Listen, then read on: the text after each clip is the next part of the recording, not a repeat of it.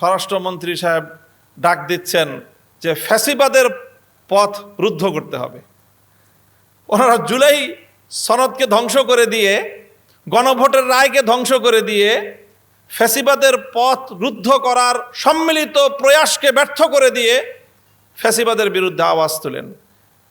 তো এইরকম দ্বিচারিতার পথ থেকে ফিরে আসার জন্য আমরা সরকারকে আহ্বান জানাই। এটা আপনাদের জন্য আত্মঘাতী হবে। জুলাই মরবে না, জুলাই ধ্বংস হবে না। শাপলার চেতনা অবিনশ্বর চেতনা, জুলাইয়ের চেতনাও অবিনশ্বর চেতনা। আপনারা যদি এই চেতনার সঙ্গে বিশ্বাসঘাতকতা করেন, চেতনা টিকে থাকবে, আপনারাই নির্মূল হয়ে যাবেন। বিভিন্ন শ্রেণী এবং পেশার মানুষ যেভাবে অংশগ্রহণ করেছে ব্যাপকভাবে এবং বিপুল পরিমাণে, শুরু থেকে প্রায় শেষ পর্যন্তই বাংলাদেশের ধর্মীয় অঙ্গন, বিশেষ করে কওমি অঙ্গন, এটা ব্যাপকভাবে এই সংগ্রামে, এই আন্দোলনে, এই অভ্যুত্থানে অংশগ্রহণ করেছে, রক্ত দিয়েছে এবং জীবন দিয়ে তারা এই বিপ্লবকে সফলতার চূড়ায় নিয়ে উত্তীর্ণ করেছে। ঠিক এরকম আরেকটা চিত্র আমরা দেখি 2013 সালের শাপলা চত্বরে। শাপলার যেই গণজাগরণ ছিল, সেখানে নেতৃত্বটা ভিন্ন ছিল। নেতৃত্বটা ছিল মাদ্রাসায়, আল্লামা আহমদ শফির কাছে, আল্লামা জুনায়েদ বাবুনগরীর হাতে।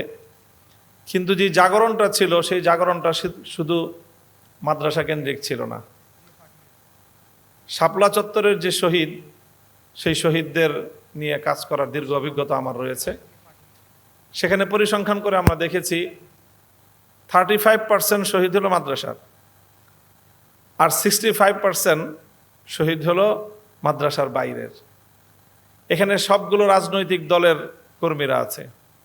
এখানে কৃষক, শ্রমিক, একেবারে বুয়েটের ছাত্র থেকে শুরু করে সকল শ্রেণী এবং পেশার মানুষ সেখানে একত্রিত হয়েছিল শাপলা চত্বরে, এবং তারা 65% শাহাদাতের রক্ত দিয়ে শাপলার জাগরণকে সার্বজনীনতা দিয়েছে।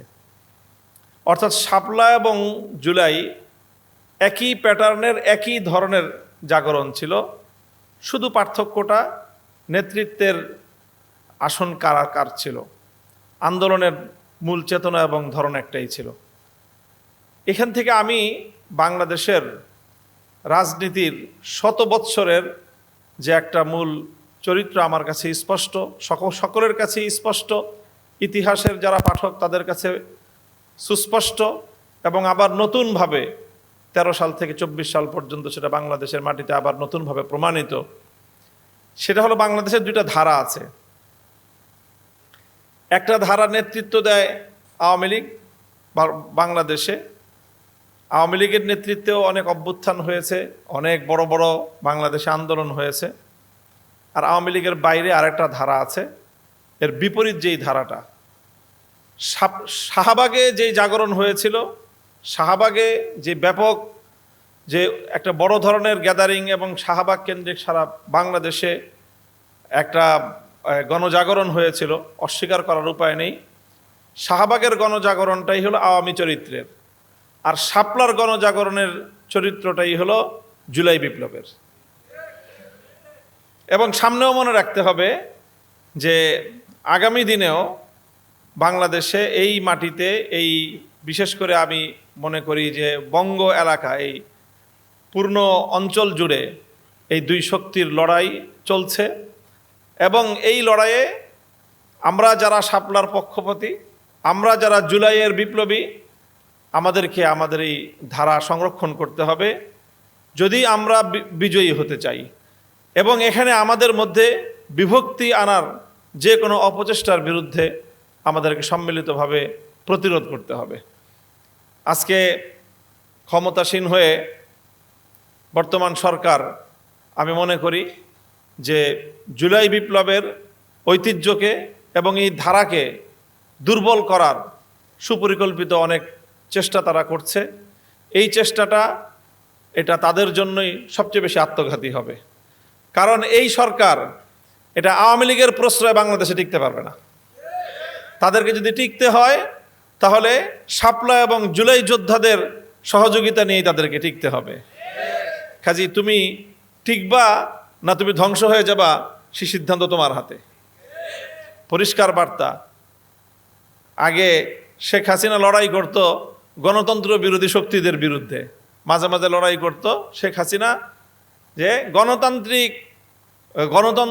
গণতন্ত্রের ধ্বংসকারী বা গণতন্ত্রকে যারা ধ্বংস করতে চায় সেই অপশক্তির বিরুদ্ধে শেখ হাসিনা মাঝে মাঝে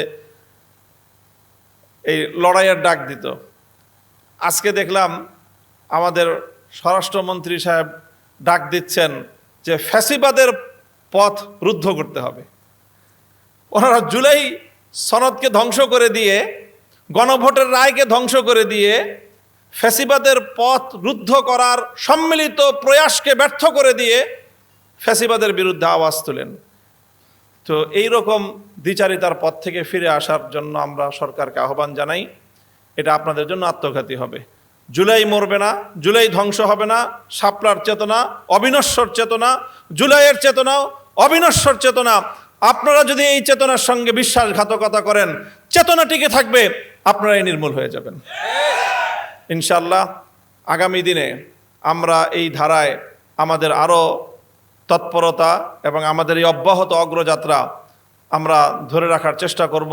আল্লাহর সাহায্য প্রার্থনা করি এবং আমরা হাতে হাত রেখে আমাদের এই সংগ্রামকে, জনগণের এই রায়, গণরায়কে বাংলাদেশে বাস্তবায়ন করার আগ পর্যন্ত আমাদের যাত্রা চলবে ইনশাআল্লাহ। আসসালামু আলাইকুম ওয়া রাহমাতুল্লাহ।